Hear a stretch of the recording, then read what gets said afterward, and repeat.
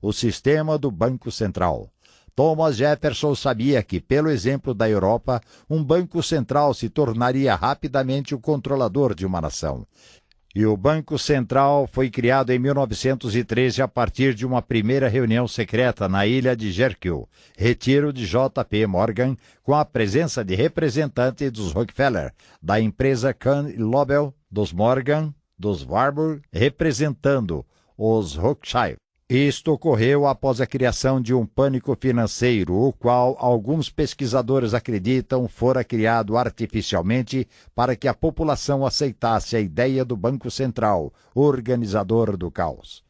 O controle privado do Banco Central americano continua até hoje. O Banco Central de Nova York domina completamente outras 11 filiais por meio da propriedade, controle e influência acionária, e lida com as transações acionárias no mercado aberto.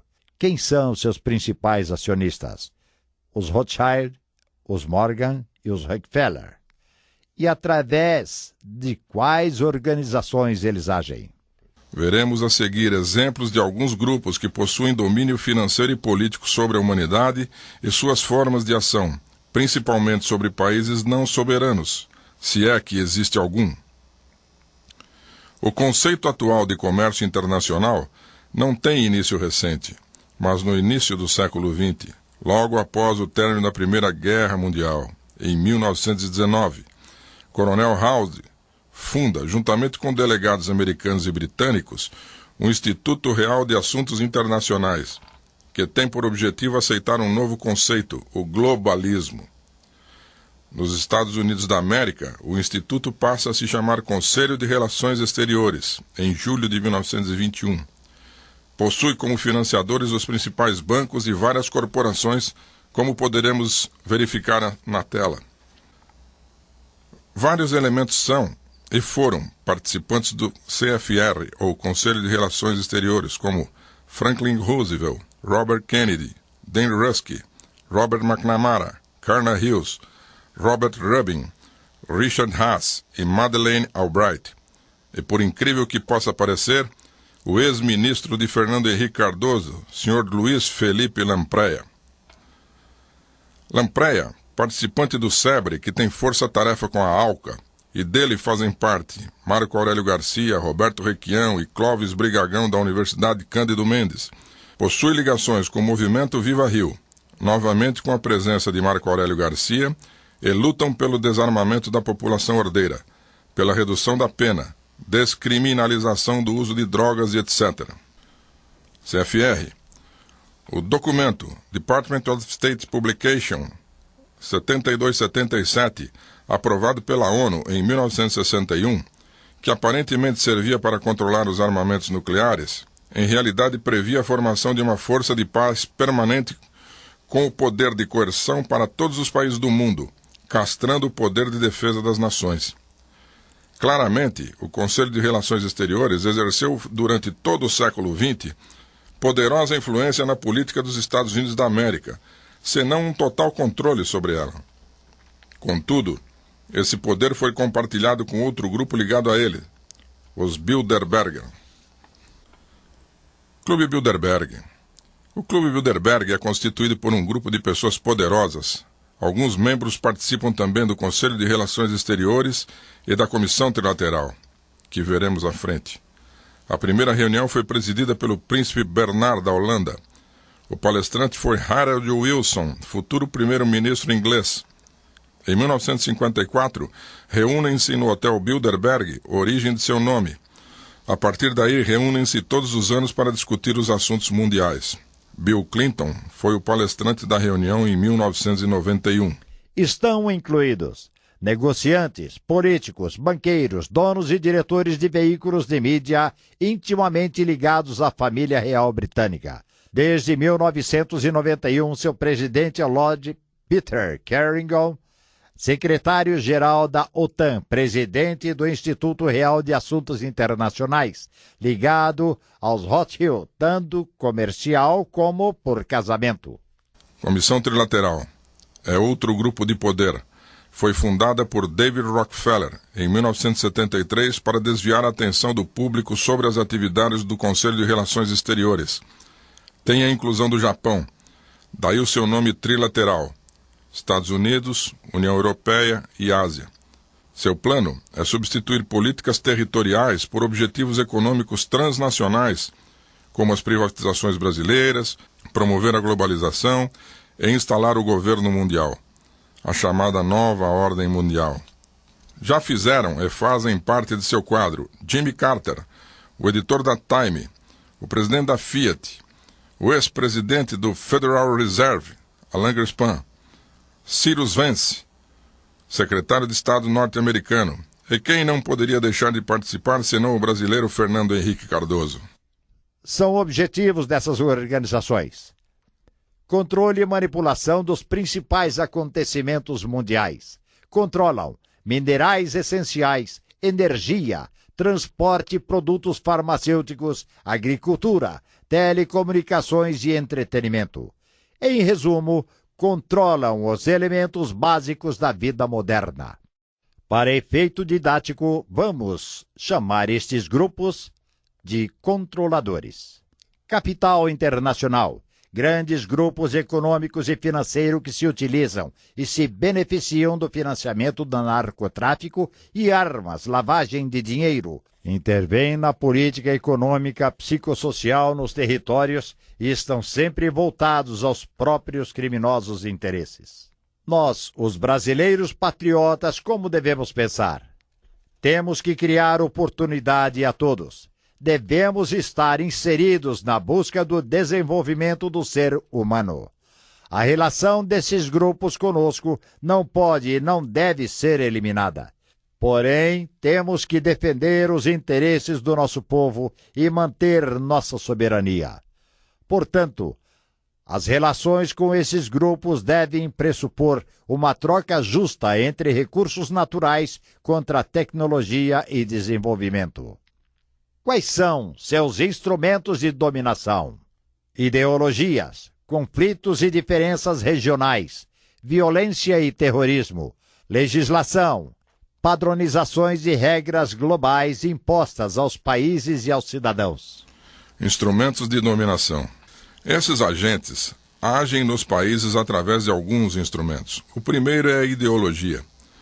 Por exemplo, provavelmente você estudou nos livros que a Revolução Russa foi um levante popular das massas oprimidas contra a odiada classe dos czares.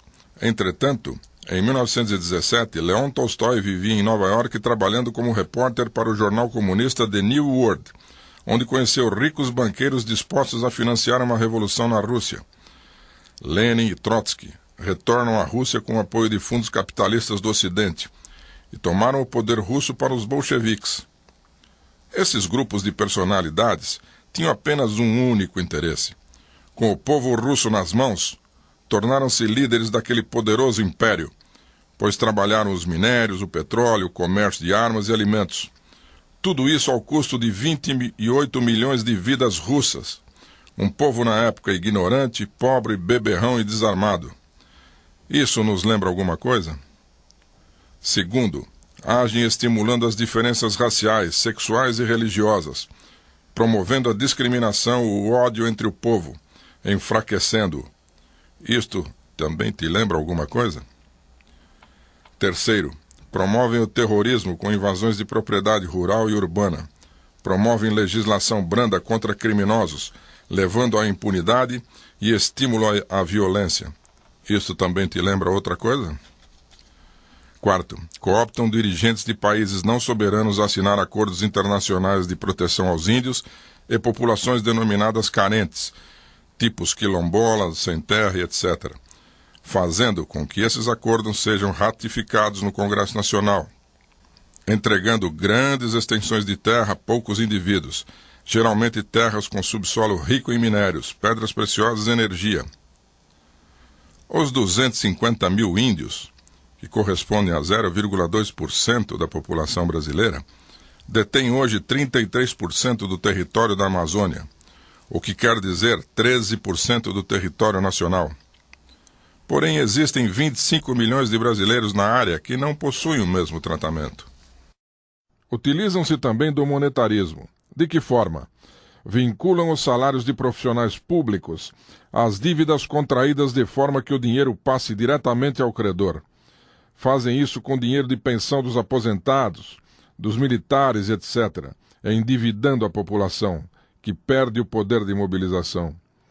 Usam os meios de comunicação de massa para bestializar a sociedade via novelas, BBBs, programas baratos de entrevistas, por onde circulam figuras não exemplares, programas subculturais, geralmente nivelados por baixo, sem conteúdo teórico, apologia de culturas primitivas nas quais é desnecessário desempenho intelectual, estudo e treinamento intenso, banalizando as artes e ferindo a autoestima do povo inconsciente, principalmente das crianças e adolescentes que acreditam estar aprendendo alguma coisa.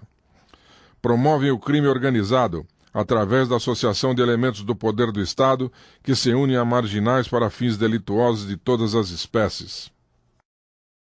Para compreender o mundo devemos estudar as evidências, evitar a paranoia destrutiva e a fé ingênua, juntar pistas que provem a influência dessas sociedades nos acontecimentos mundiais, buscando as impressões digitais do que deixou há muito de ser apenas conspiração. Se o CFR, Comissão Trilateral, Diálogo Interamericano e os Bilderberg são formados por pessoas inocentes trabalhando por um mundo próspero, por que tanto segredo? São ações dos controladores. Promover um governo mundial com nova ordem. Destruição das entidades e orgulho das nações. Destruição da religião, principalmente a cristã. Controle total das pessoas através do controle mental, tectrônica. Criação de autômatos e um sistema de terror. Acabar com a industrialização, tornando os desempregados viciados em drogas ou mera estatística no processo de eliminação.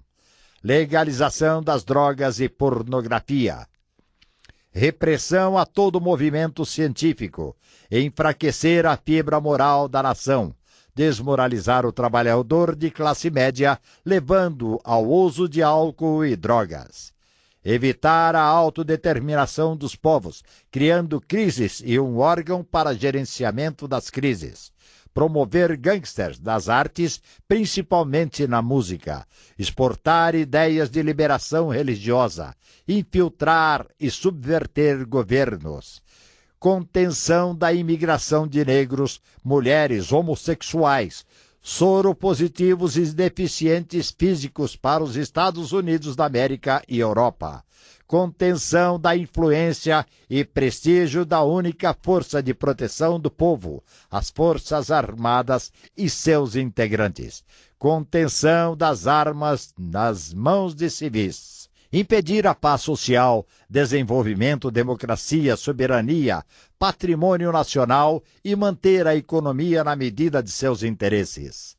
Agora vamos ver o que é denominado o crime organizado. O crime organizado não é o PCC ou o Comando Vermelho. Estes são os meros agentes conscientes. É instrumentado pelo capital transnacional, que é um inimigo invencível. Crime organizado é a associação de membros do poder com delinquentes para práticas de fins delituosos. Governo real. Este é um quadro que demonstra de forma didática o que está acontecendo no país. Em primeiro plano temos o poder maior, constituído por instituições transnacionais econômicas que agem diretamente sobre elementos das organizações político-administrativas, muitas vezes senhores respeitáveis, cientistas, professores universitários, técnicos administrativos, juízes, delegados, etc. Aonde estão localizados esses elementos? Em primeiro lugar, nos partidos no poder, seguidos de força de sustentação cujos elementos fazem parte dos quadros da Polícia Federal, Justiça Federal, Receita, que fazem o trabalho de perseguição a cidadãos de bem, que são os socialmente esclarecidos desses fenômenos criminosos. Utilizam-se de agentes de influência como a mídia, que mesmo sabendo dos atos de corrupção, nunca antes vistos neste país, jamais deflagram processos de desmoralização contra esses governos. Por que será? Possivelmente, devem estar satisfeitos com as gordas contas públicas em propagandas que recebem. As ONGs, mais de 100 mil. O general Heleno, ex-comandante militar da Amazônia, disse: mais de 100 mil ONGs só na Amazônia, protegendo os direitos dos índios. Por que não vemos essas ONGs protegendo os nordestinos da seca? Será porque não existem minérios no subsolo? Metais preciosos? Diamantes? Ou será que os 250 mil índios são antropologicamente mais importantes que nossos irmãos do Nordeste? Ou será porque no Nordeste não existem fronteiras internacionais?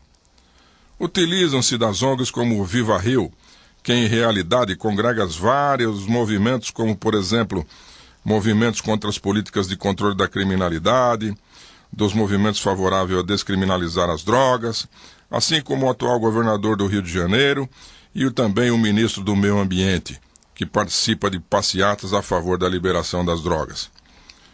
Utilizam os sindicatos, membros das sociedades de representação de classe, conselhos de classe, para implementar ideologias deturpadas em cada segmento da sociedade, como se fossem verdades testamentais.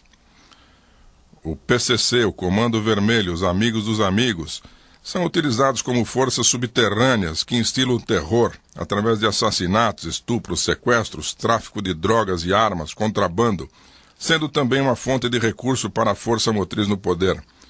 São denominados de quarto poder.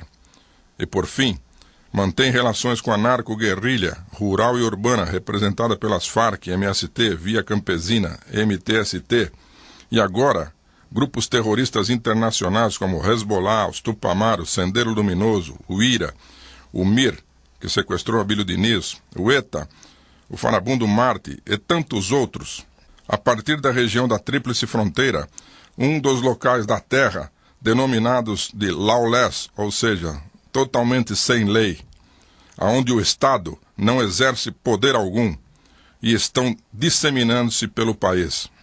O que tudo isso tem a ver com o Brasil? Afinal, somos um povo pacífico que gosta de samba e futebol.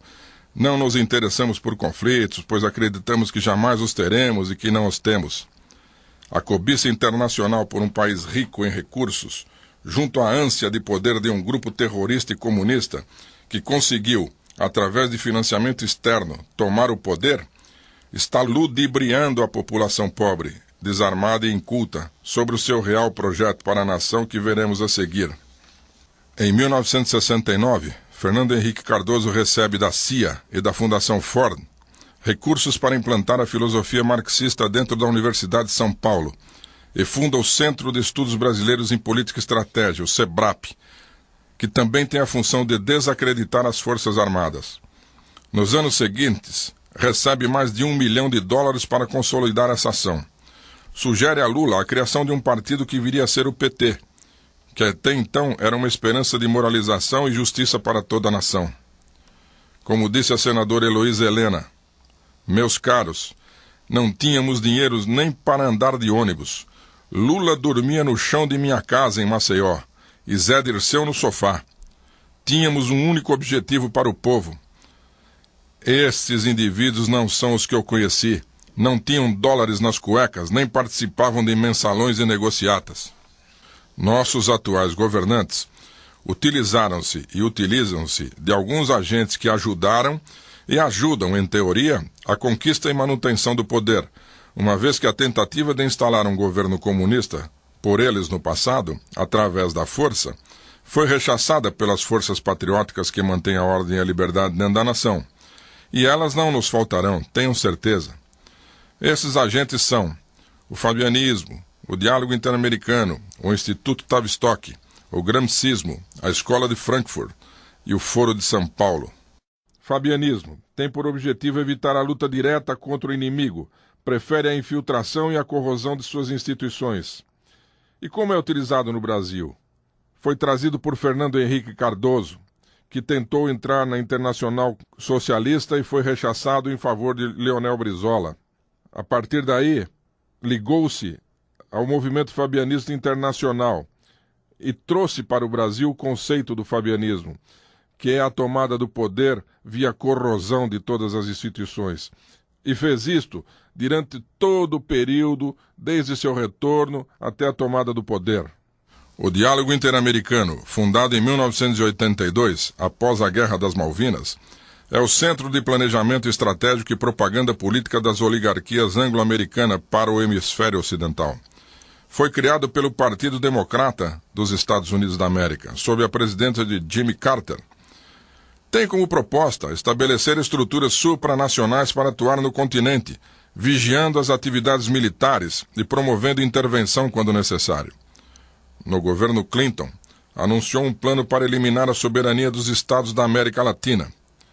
Seus membros se reúnem periodicamente para discutir assuntos comuns aos países do hemisfério, que não por coincidência se tornam políticas do governo dos países membros do diálogo, como, por exemplo, a atual Estratégia Nacional de Defesa, criada por Mangabeira Unger e pelo ministro Nelson Jobim. Quais são os objetivos do diálogo interamericano? Política neoliberal de abertura econômica desenfreada, defesa da legalização do uso de drogas, politização dos problemas ambientais, desestabilização das forças armadas, promover o socialismo nas universidades e sindicatos. São membros Raul Alfonsin, Júlio Sanguinetti, Gonzalo Sanches de Lozada, Robert McNamara, secretário de Defesa dos Estados Unidos da América, Mário Vargas Llosa. Fernando Henrique Cardoso, levado ao diálogo por Peter Bell, que foi representante da Fundação Ford, financiadora do SEBRAP, doou mais de $1 milhão a Fernando Henrique Cardoso após 1969. São alguns membros brasileiros do diálogo: Fernando Henrique Cardoso, Lula, Ciro Gomes, Celso Laffer, Emerson Capaz, Aloísio Mercadante. Nas eleições presidenciais brasileiras de 2002, os principais candidatos eram membros do Diálogo Interamericano. O outro mecanismo é o Instituto Tavistock. Em 1932, John Howlins Rees torna-se diretor da Clínica Tavistock. Propõe a indução deliberada de formas controladas de comportamento neurótico e mesmo psicótico, com o propósito de exercer controle psicológico de massa sobre a sociedade. As equipes Tavistock desenvolveram métodos para a concretização da nova ordem mundial, com o uso dos meios de comunicação de massa para criar um ambiente controlado.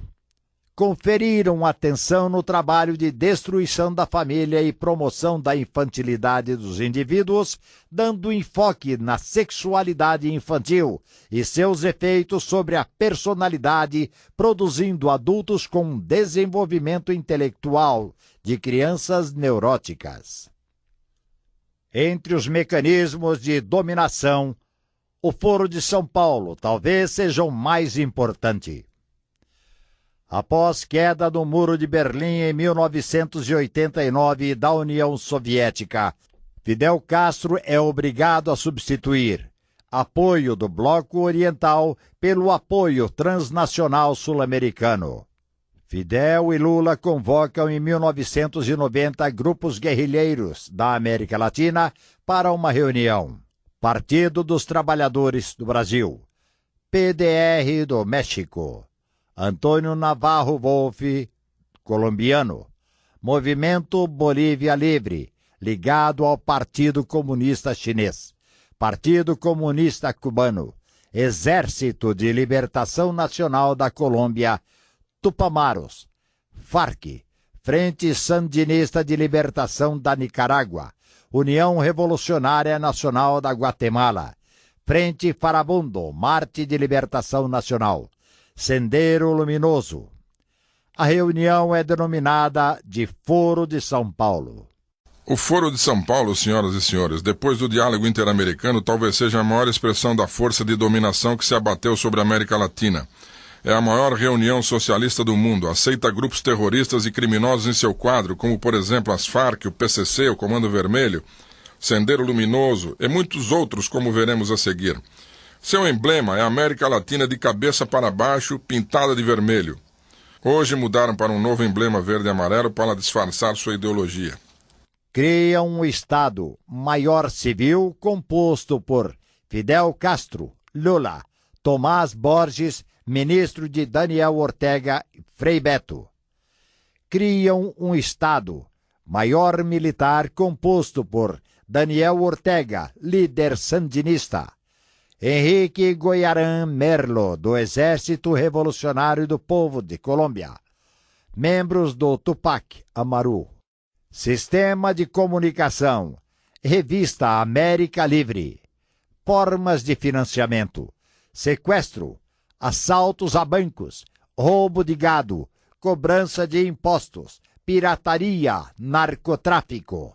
Com o marxismo em desprestígio adotam disfarces. Indigenismo, ecologia radical e fé. O indigenismo é utilizado para encobrir a ação de grupos revolucionários e a provocação do separatismo. Observemos nessas figuras a localização das reservas indígenas e as áreas de subsolo rico na Amazônia. Será uma mera coincidência? Lembremos-nos que existem mais de 100 mil ONGs na Amazônia trabalhando há 40 anos, fazendo um trabalho enorme sobre essas populações indígenas e a averiguação do subsolo dessa região. A ecologia radical é realizada através de ONGs, promotoras do terrorismo, assim como as Farc e o MST, que obstaculizam obras de infraestrutura em vários setores. Em 1995, Hugo Chávez é engajado ao Foro de São Paulo e se torna hoje a sua principal liderança, mesmo porque possui material bélico suficiente para intimidar qualquer país da América Latina. Gramsci disse: não ataquem a religião diretamente, pois isto só reforçará a fé e a solidariedade internas. Penetrem nas igrejas e substituam o evangelho por nosso próprio ópio, o marxismo, como se fossem evangelhos.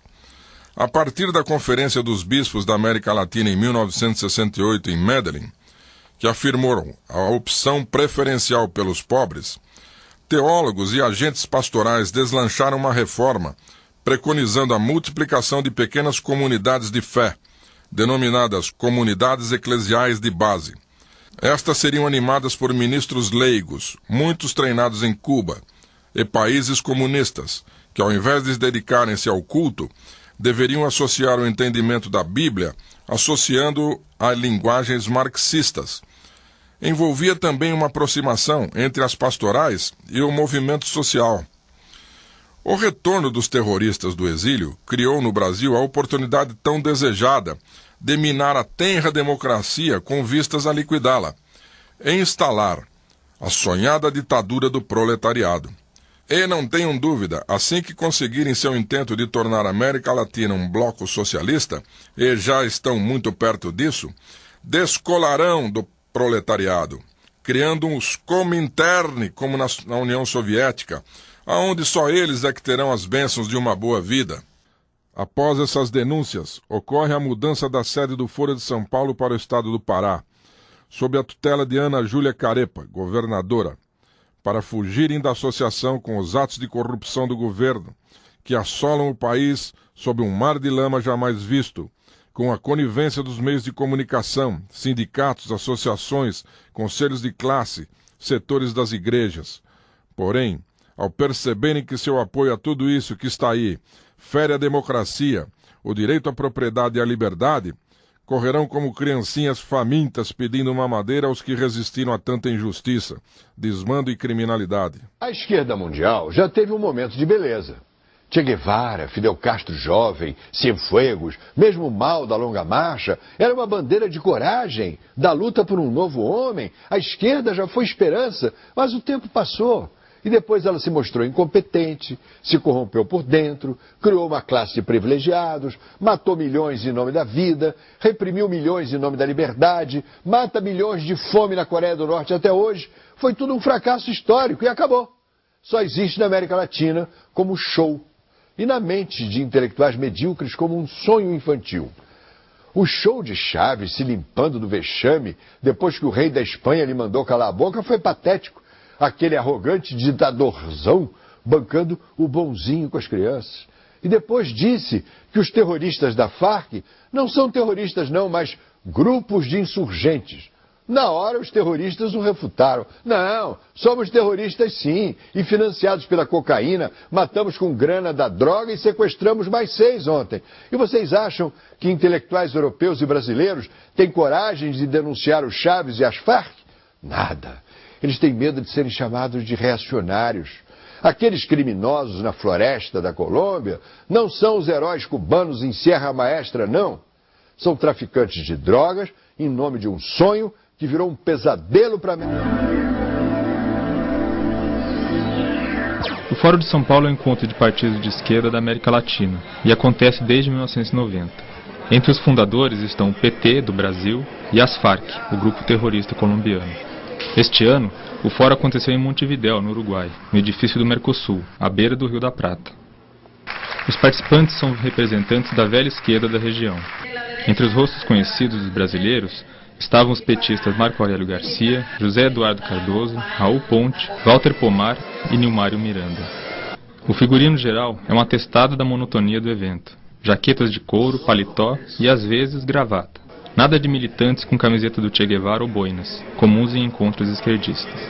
Nos discursos, todos dizem as mesmas coisas. Eles odeiam os Estados Unidos. La administración Bush, sus verdaderos y egoístas objetivos son apoderarse de los recursos naturales del mundo. Amam a ditadura cubana. Pues la revolución cubana. A solidariedade a Cuba, meus companheiros, nesta hora é mais importante que nunca. E acham que o neoliberalismo é culpado de tudo que acontece de ruim na região. O pueblo ha sido víctima del saqueo del capitalismo. El otro imperialismo, el lobo feroz, el otro feroz. Combatendo o neoliberalismo, combatendo a exclusão social, combatendo a discriminação e lutando por uma sociedade mais justa e mais fraterna entre todos os brasileiros e negros, e estrangeiros, e todos os seres humanos. Eles também odeiam a imprensa burguesa. Há uma frase de um conservador francês que diz: "La légalité nous tue, la legalidad nos mata". E essa é a situação da direita e de seus pasquines, alguns dos quais incluso estão aqui assistindo a essa reunião, porque aqui é uma reunião democrática aberta a todos. E hasta os pasquines de extrema direita têm direito de estar aqui.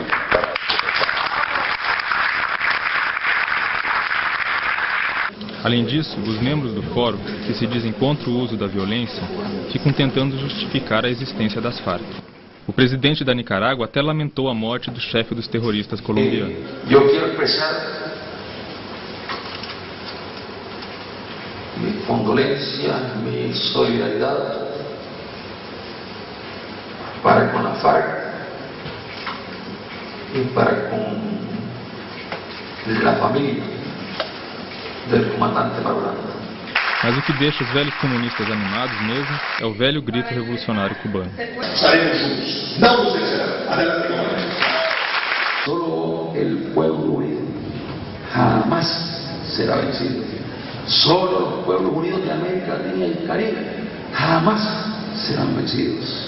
Que viva el Foro de Sao Paulo. ¡Viva la revolución!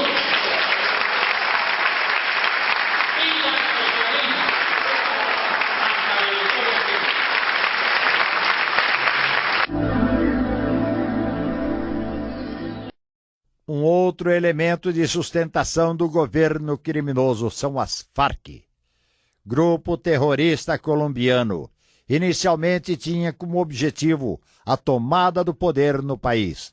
Atualmente tem relações internacionais com os governos socialistas da América Latina. Influenciam a política desses países através de subsídios para campanhas eleitorais oriundos do narcotráfico, sequestros e outros crimes. É considerado pelo governo brasileiro um movimento social. Raul Reis, um de seus líderes, morto recentemente, foi alçado à presidência do Foro de São Paulo durante 6 meses por Luiz Inácio Lula da Silva. São formas de financiamento da Farc. Extorsão em pequena escala, impostos, pedágios, faturamento anual, 1,3 bilhão. Extorsão em grande escala. Empresas nacionais, empresas multinacionais, petróleo, agrícolas, pecuárias, industrial, comercial, financeiro. Faturamento anual, 5,7 bilhões. Abigeato, que é chamado o roubo de gado, 270 milhões de dólares. Assaltos, 400 milhões de dólares. Pirataria, 150 milhões de dólares. Narcotráfico, 1,130 bilhões. Faturamento anual total, 8,8 bilhões. Superior aos orçamentos de todas as Forças Armadas dos países andinos de 1994. Em 2008, iniciam a comercialização de material bélico residual da extinta União das Repúblicas Socialistas Soviéticas, após a invasão do Afeganistão. Sabemos que existem correndo pelo mundo mais de 100 ogivas nucleares soviéticas, nas mãos sabe Deus de quem, cada uma com poder de destruição 10 vezes superior às de Hiroshima e Nagasaki.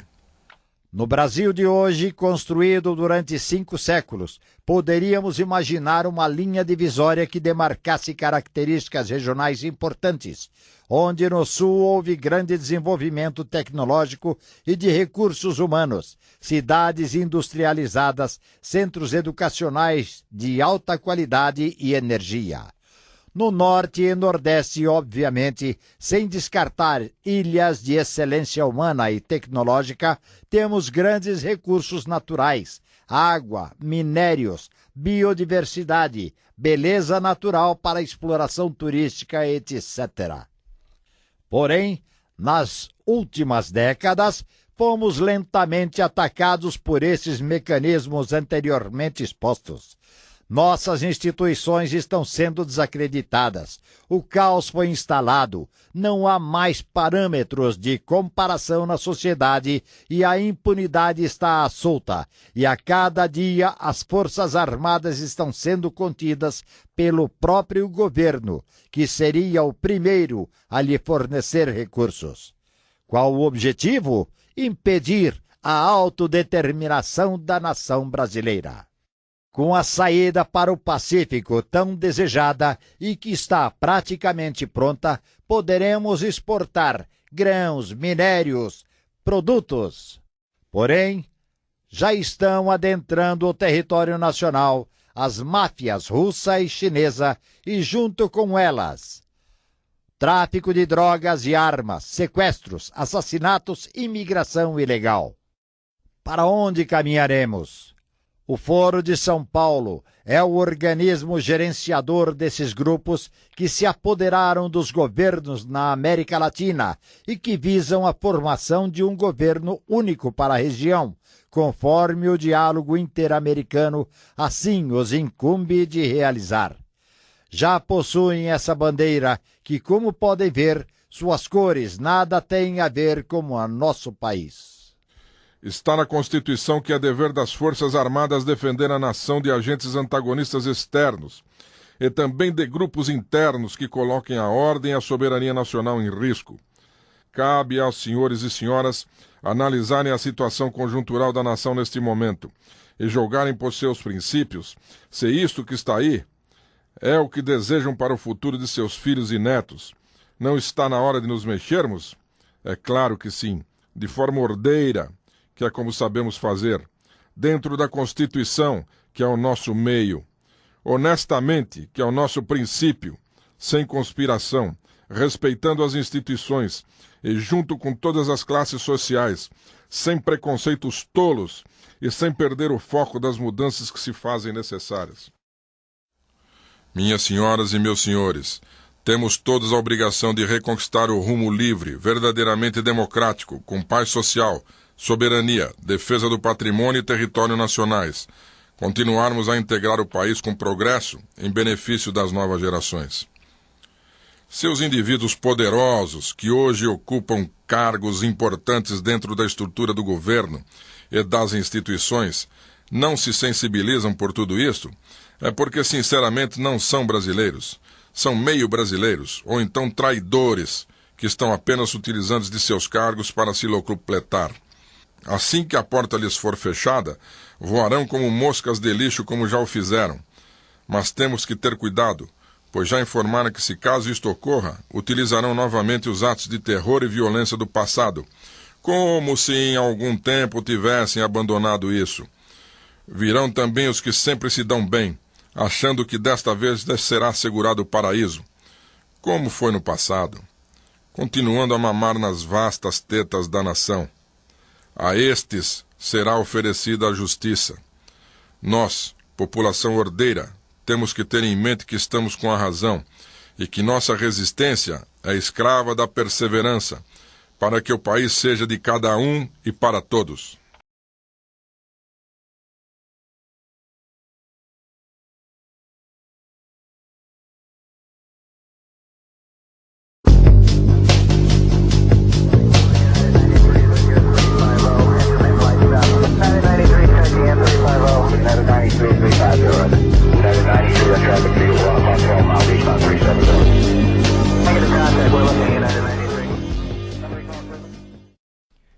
Enquanto que o Congresso Nacional preparava para entrar de recesso no final de 2009, em dezembro de 2009, o senhor presidente da República ele assinou o decreto que aprova o Programa Nacional dos Direitos Humanos.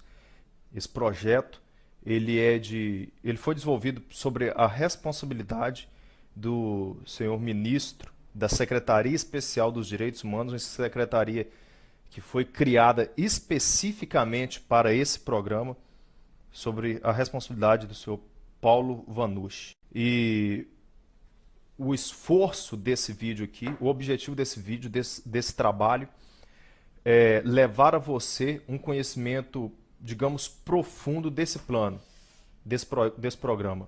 O que está aqui dentro, o quanto isso é perigoso, é nocivo à Constituição brasileira e a toda a população do Brasil aí.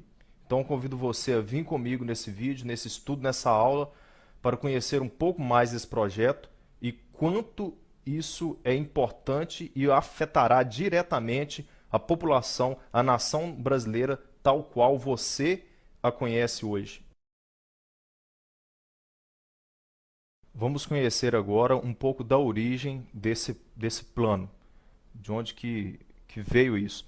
A ONU, Organização das Nações Unidas, uma instituição que você pensa que luta pelos direitos humanos e pela paz mundial, ela criou a ideia, ela criou um programa para apresentar para todos os países membros. Ela deu orientações para que todos os países membros formulassem um projeto para a luta em defesa dos direitos humanos.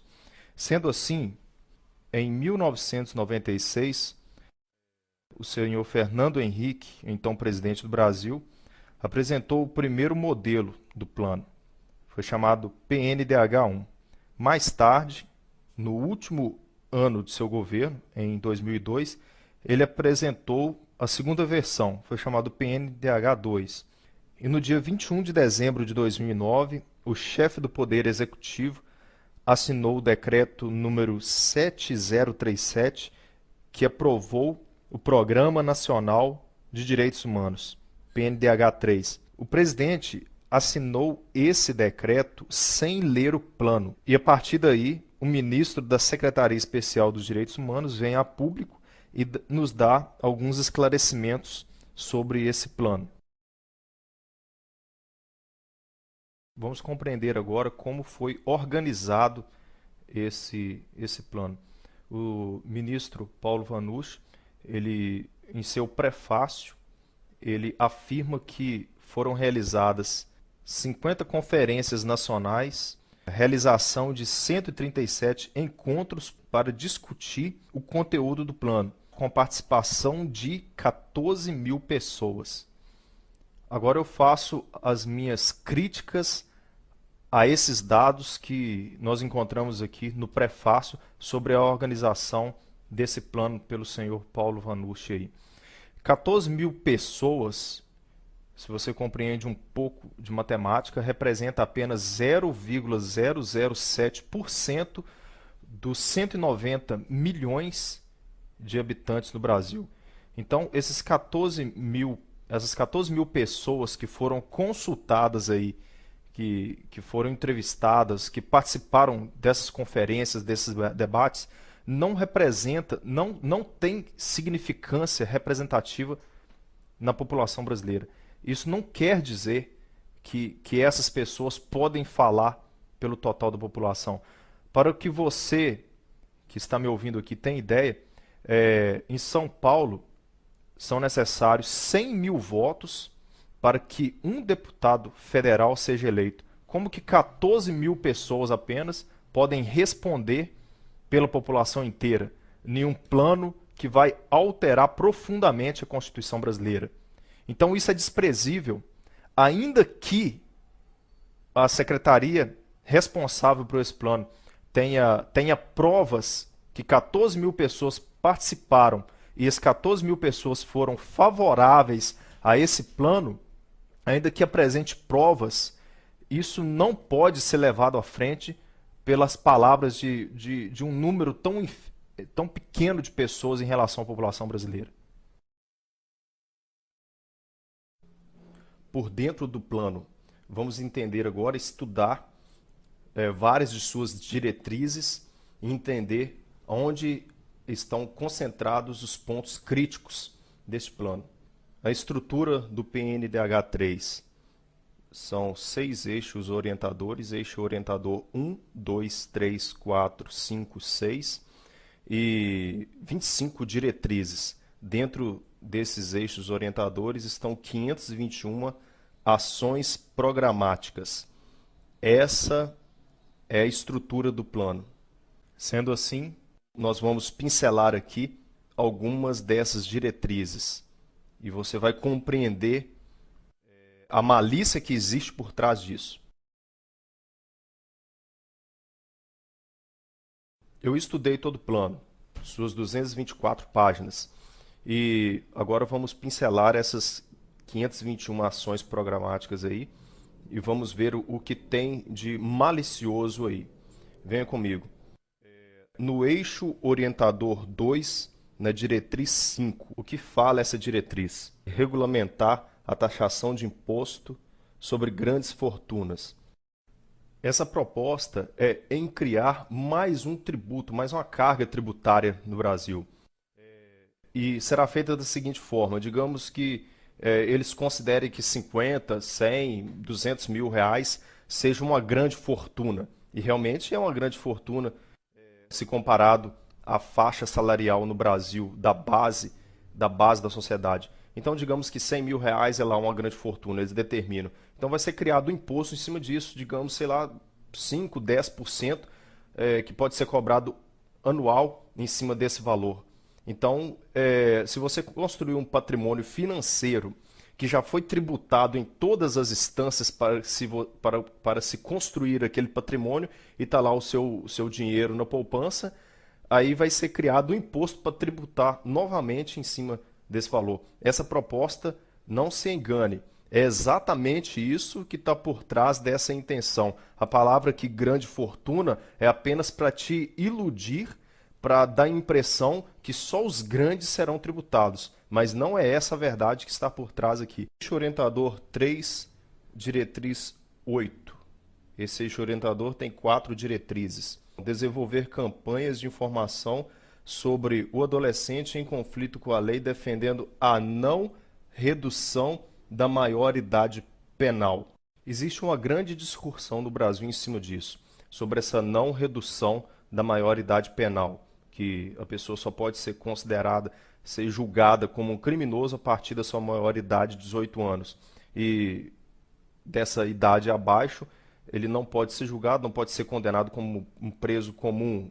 Ele cometendo delito, ele fica internado uma FEBEM, em um centro de recuperação, e quando completar 18 anos ele está livre como se não tivesse feito nada.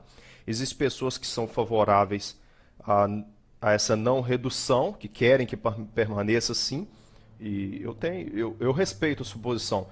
E tem aquelas pessoas que são favoráveis à redução dessa maioridade penal.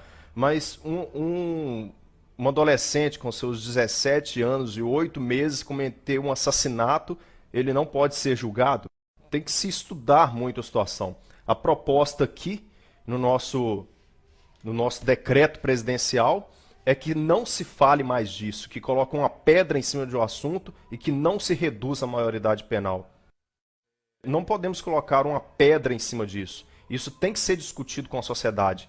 E volto a repetir, não são essas 14 mil pessoas apenas, se é que elas existem, que vão falar pela sociedade brasileira por inteiro nessa questão. Eixo orientador 3, diretriz 9. Dentro dessa diretriz encontramos a ação programática que fala o seguinte: apoiar a aprovação de projeto de lei que descriminaliza o aborto, considerando a autonomia das mulheres para decidir sobre seus próprios corpos. Então, legalizar um assassinato será um direito humano. E não só é essa diretriz que rege sobre essa questão de aborto. Existem outras. Nós vamos analisá-las agora. Eixo orientador 4, diretriz 17. Implementar mecanismo de monitoramento dos serviços de atendimento ao aborto legalmente autorizado, garantindo seu cumprimento e facilidade de acesso. Então encontramos aí mais essa ação programática que trata sobre a legalização do aborto e colocando com uma facilidade de acesso grande no serviço público de saúde. Vamos para a próxima ação. Eixo orientador 3, diretriz 7. Garantir os direitos trabalhistas e previdenciários de profissionais do sexo por meio de regulamentação de sua profissão. Trata-se da legalização da prostituição no Brasil. Ainda no eixo orientador 3, apoiar o acesso a programas de saúde preventiva e de proteção à saúde para profissionais do sexo.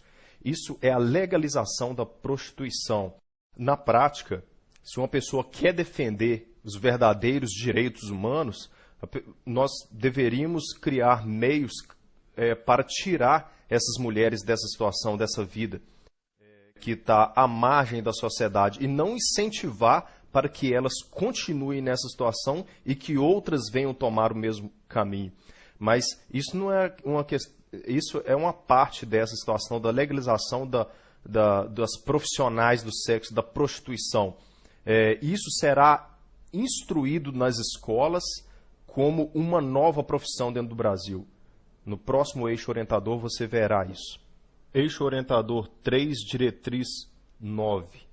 Realizar campanhas e ações educativas para desconstruir os estereótipos relativos às profissionais do sexo. O que é uma ação educativa? Onde você consegue mais eficiência? Na escola. Então você vai ter lá a sua criança, sua filha, lá no ensino fundamental, a professora ensinando a ela sobre profissões e perguntando para a turma qual profissão cada um vai querer escolher para o futuro. E dentro de um contexto, dentro desse novo contexto, vai ser instruído que a prostituição será uma profissão tanto quanto qualquer uma outra. Então as crianças serão instruídas nisso. Olhe a malícia que está por trás disso. Coloca uma prostituição apenas como um estereótipo. Você não tem que se preocupar com isso, você pode seguir uma carreira sobre isso. E a prostituição infantil? As adolescentes que são aliciadas e empurradas para essa vida. Isso seria o quê? O estágio dessa nova profissão? Então fique atento a isso. Vamos discutir agora o próximo eixo. Aliás, ainda no eixo orientador 3, realizar campanhas e ações educativas para desconstrução de estereótipos relacionados à identidade e orientação sexual. É que as crianças não vão poder serem instruídas, serem educadas, com nada que venha a dar a entender que o menino é um menino e que a menina é uma menina. Isso é a prática de você realizar uma campanha educativa para desconstruir estereótipos de identidade e orientação sexual. O menino ele não pode nada levar ele a pensar que ele é um menino e que menina é uma menina. Isso é só um estereótipo que tem que ser desconstruído na nossa sociedade. E a próxima proposta é ainda pior do que essa. Ainda no eixo orientador 3, reconhecer e incluir nos sistemas de informação dos serviços públicos todas as configurações familiares construídas por lésbicas, gays, bissexuais, travestis, transexuais, com base na desconstrução da heteronormatividade. Apesar da palavra heteronormatividade não existir nos nossos dicionários, eu vou explicar o que ela quer dizer. Hétero, relacionamento entre homem e mulher, entre mulher e homem, entre sexo oposto. Normatividade, uma atividade normal. Então, a proposta diz o seguinte: desconstruir tudo que foi construído sobre o relacionamento normal entre homem e mulher. Isso não vai ser considerado mais uma família e, na pior das hipóteses, não existirá mais direito civil para a união entre um homem e uma mulher. Isso é a ação que o governo quer impor à sociedade brasileira. Desconstruir qualquer tipo de relacionamento, qualquer tipo de lei, qualquer tipo de direito e de dever que existem entre homem e mulher. Vai passar a ter direito, vai passar a ser construído à base da sociedade brasileira. A família vai ser construída entre lésbicas, gays, bissexuais, transexuais. Isso que vai ser a base da família. Ainda no eixo orientador 3, apoiar projeto de lei que disponha sobre a união civil entre pessoas do mesmo sexo. E aqui eu entro num ponto importante agora. Ainda no eixo orientador 3, promover ações voltadas à garantia do direito de adoção por casais homoafetivos. Para começar, a palavra casal aqui, ela está mal empregada. A palavra casal quer dizer união entre pessoas de sexo oposto, entre homem e mulher, entre macho e fêmea. Então, é antagônico você falar casal homoafetivo. Não pode-se usar essa expressão, dentro da nossa língua portuguesa, pelo menos. Agora eu pergunto aos idealizadores desse plano. A pessoa, o par homoafetivo, ele tem o direito de adotar uma criança. Mas alguém já fez algum estudo sobre o impacto psicológico para essa criança que será adotada por esse par homoafetivo? Eixo orientador 3, diretriz 10, logo abaixo aqui. Essa diretriz rege o seguinte: desenvolver mecanismos para impedir a ostentação de símbolos religiosos. Uma minoria que não tem nenhuma crença a nada, muito menos ao valor humano, ao valor moral de uma sociedade, querem impor dentro de um país cuja população 92,8% são cristãos, proibir a ostentação de um símbolo religioso. Se você pertence a alguma igreja, existe uma placa ali fora com o nome da igreja, isso poderá ser caracterizado como um símbolo religioso. A Bíblia, no seu ponto de vista, é um símbolo religioso, então a Bíblia poderá ser proibida. O pastor da sua igreja, o padre, são símbolos religiosos se são esses ofícios, essa atividade de pastor, de padre, poderá ser proibida, se for reconhecida como um símbolo religioso.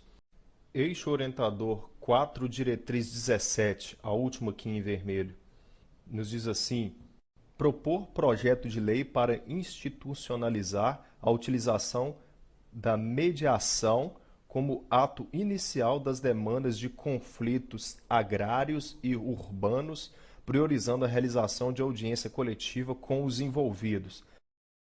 Aqui está a perda de direito de propriedade. Se você tem um imóvel urbano ou rural invadido, você não vai poder mais recorrer ao judiciário. Você e o invasor serão ouvidos pela sociedade civil organizada para resolver esse impasse. Lembrando que essa sociedade civil organizada fará parte de uma comissão que defende essa ideologia Ainda no eixo orientador 4, diretriz 11, propor alteração do texto constitucional de modo a considerar as polícias militares não mais como forças auxiliares do Exército, mantendo-as apenas como forças reserva, causando aí um desequilíbrio entre policiais militares e Exército. Agora eu chamo sua extrema atenção para um detalhe que está passando desapercebido nesse programa.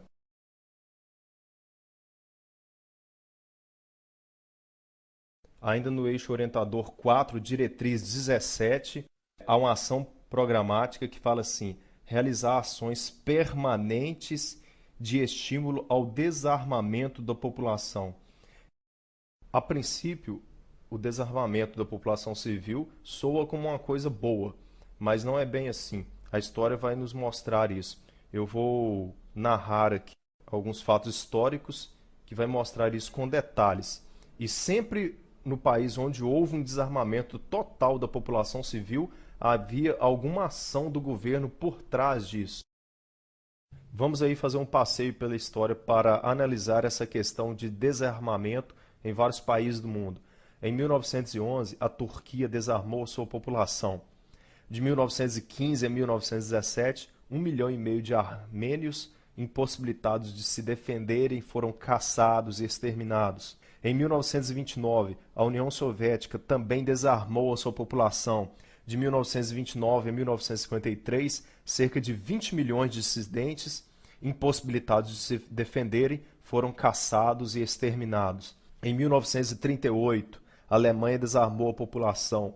Isso um ano antes da Segunda Guerra Mundial. E dentro do período da Segunda Guerra Mundial, de 1939 a 1945, 13 milhões de judeus e outros não-arianos impossibilitados de se defenderem também foram exterminados. Em 1935, a China desarmou também a sua população. De 1948 a 1952, 20 milhões de dissidentes políticos também foram caçados e exterminados. Em 1964, a Guatemala desarmou também sua população. De 1964 a 1981, 100 mil índios maias impossibilitados completamente de se defenderem também foram caçados e exterminados. Em 1970, Uganda desarmou a população. De 1971 a 1978, 300 mil cristãos também foram aniquilados aí por ações do governo, da política de Uganda. De 1956, o Camboja desarmou a sua população. De 1975 a 1977, 1 milhão de pessoas foram assassinadas por ações políticas do governo ditatorial e essas pessoas estavam completamente impossibilitadas de se defenderem. Em todos esses países, União Soviética, Turquia, Alemanha, China, Guatemala, Uganda e Camboja, houve ações de desarmamento total da população civil que antecedeu um pesado massacre por parte desses governos ditatoriais em cima dessa população. Agora vamos analisar dados mais atuais. Há 12 meses, o governo da Austrália editou uma lei obrigando o proprietário de arma a entregá-la para ser destruída. 64 mil armas foram entregues e destruídas. O resultado no primeiro ano foram os seguintes: os homicídios subiram 3,2%, as agressões 8,6%, os assaltos à mão armada 44%. Somente no estado de Vitória, os homicídios subiram 300%. O mesmo fato ocorreu no Reino Unido, que adotou o desarmamento da população. Os crimes à mão armada cresceu 35% logo no primeiro ano após o desarmamento.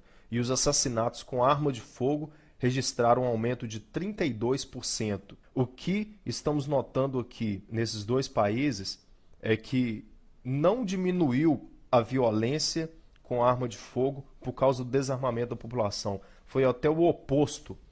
E daqui em diante nós vamos analisar isso. Como que a real intenção com esse programa de direitos humanos é estabelecer um governo ditatorial no Brasil, aniquilando completamente a Constituição brasileira como você a conhece hoje.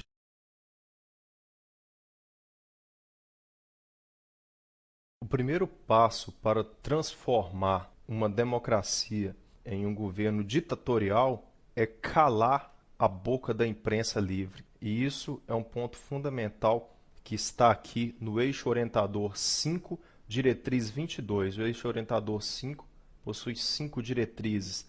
Na última aqui, a ação programática diz o seguinte: propor a criação do marco legal regulamentando o artigo 221 da Constituição Federal, estabelecendo o respeito aos direitos humanos nos serviços de radiodifusão, rádio e televisão, concedidos, permitidos ou autorizados, como condição de sua outorga e renovação, prevendo penalidades administrativas como advertências, multas, suspensão da programação e cassação de acordo com a gravidade das violações praticadas.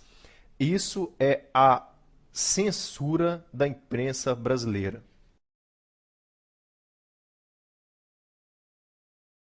Eu mencionei no início desse DVD que a aprovação do PNDH3 seria a volta à ditadura, mas na verdade é algo muito pior que uma ditadura.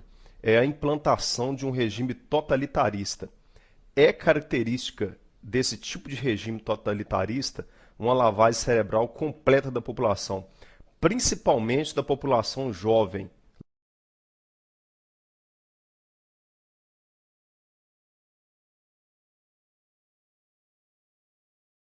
Se você, de certa forma, ficou assustado com tudo que foi discutido aqui nesse vídeo até esse momento, a pior parte vem agora.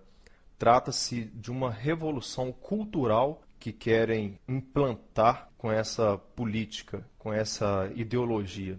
Esse Plano Nacional dos Direitos Humanos, PNDH3, em seu eixo orientador 5, todo marcado em vermelho aqui com suas 5 diretrizes, diretriz 18, 19, 20, 21 e 22, quer implantar literalmente uma revolução cultural no Brasil. Educação e cultura em direitos humanos. Observe a maldade, a malícia que está por trás desse eixo orientador. Todos os professores serão educados a seguirem rigorosamente esse plano, que eles chamam de direitos humanos. Isso será feito também no ensino fundamental, médio e superior. O detalhe que será criado um curso superior que será uma graduação em direitos humanos.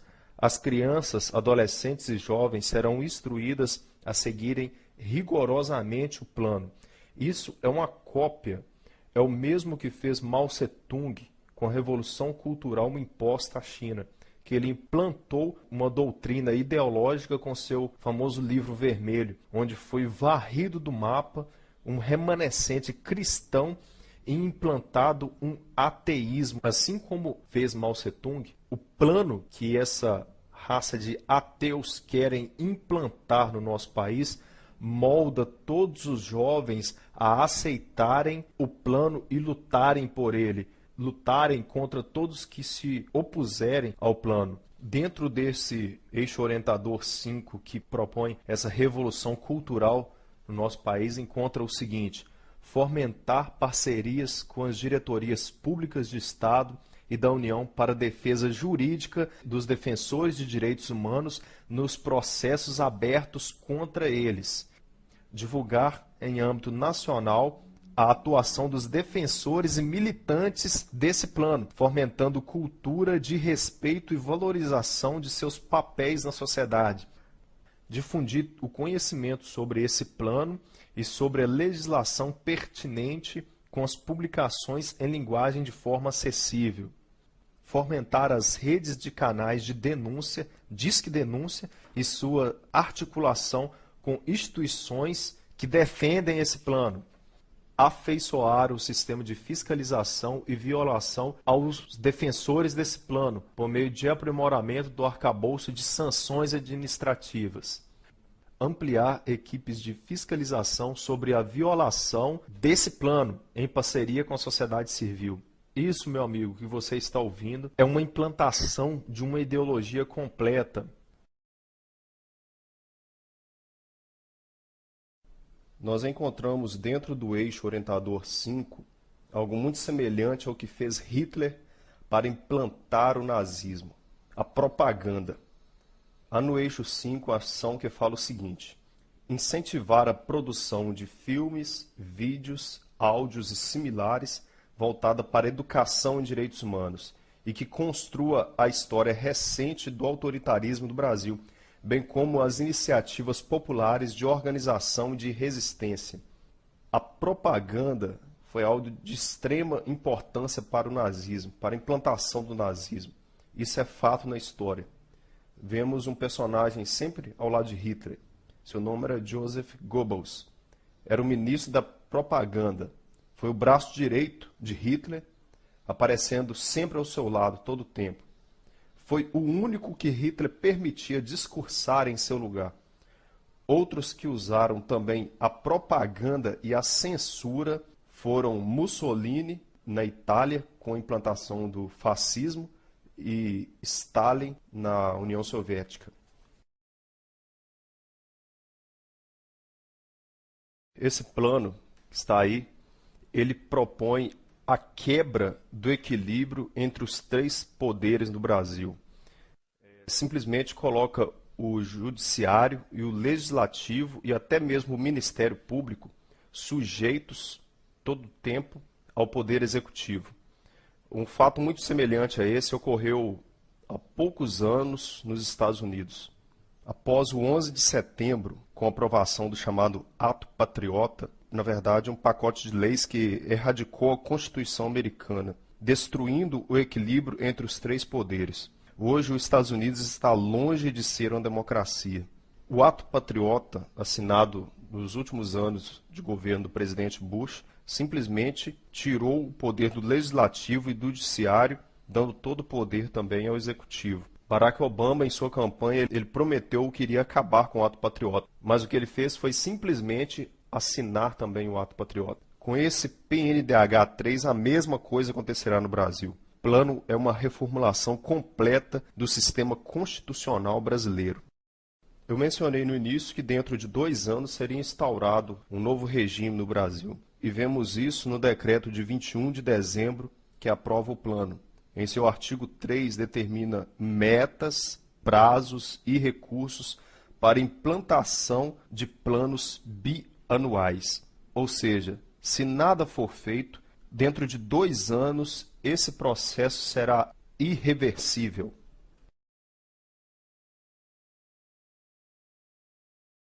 Caso você não saiba o que é a nova ordem mundial, é uma meta, uma obsessão de um grupo de banqueiros internacionais que querem instaurar um governo único mundial. E esses políticos no Brasil estão apenas cumprindo ordens. O PNDH3, esse projeto, esse plano, é a tentativa de instaurar essa chamada nova ordem mundial no Brasil. E a ONU, que mencionei no início desse DVD, como a mentora de planos em defesa de supostos direitos humanos, nada mais é que uma instituição criada por eles, por esses banqueiros. Foi a ONU que direcionou esse mesmo modelo de direitos humanos para vários países, com o objetivo de transformar todos em regimes totalitaristas. Posso dar um exemplo de um país aqui na América do Sul, a Venezuela de Hugo Chávez. Está transformando em lei um plano como esse, que recebeu da ONU, e está caminhando a passos largos para um regime totalitário. E esses políticos aqui no Brasil, assim como líderes políticos e presidentes pelo mundo, estão recebendo ordens por essa máscara chamada ONU para instaurar essa nova ordem mundial.